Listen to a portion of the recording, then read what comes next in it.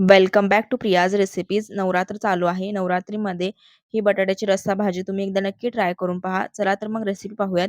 सगळ्यात अगोदर मी इथं कढईमध्ये पाणी टाकलेलं आहे. त्यामध्ये आपल्याला अशा प्रकारे कट करून बटाटे त्यामध्ये टाकायचं आहे. यामुळे बटाटे लवकर शिजतात. जर तुम्ही पूर्ण टाकलं तर त्याला खूप वेळ लागतो.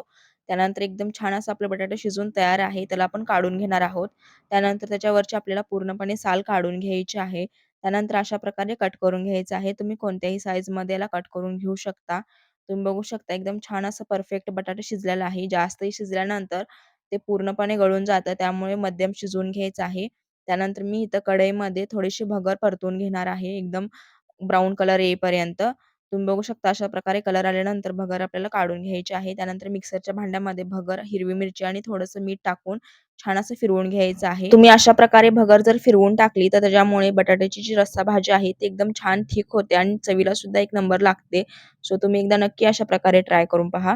त्यानंतर कढईमध्ये मी 2 चमचे तेल घेतलेलं आहे. तेलामध्ये आपण जी भगर फिरवून घेतली होती ती यामध्ये ॲड करायची आहे.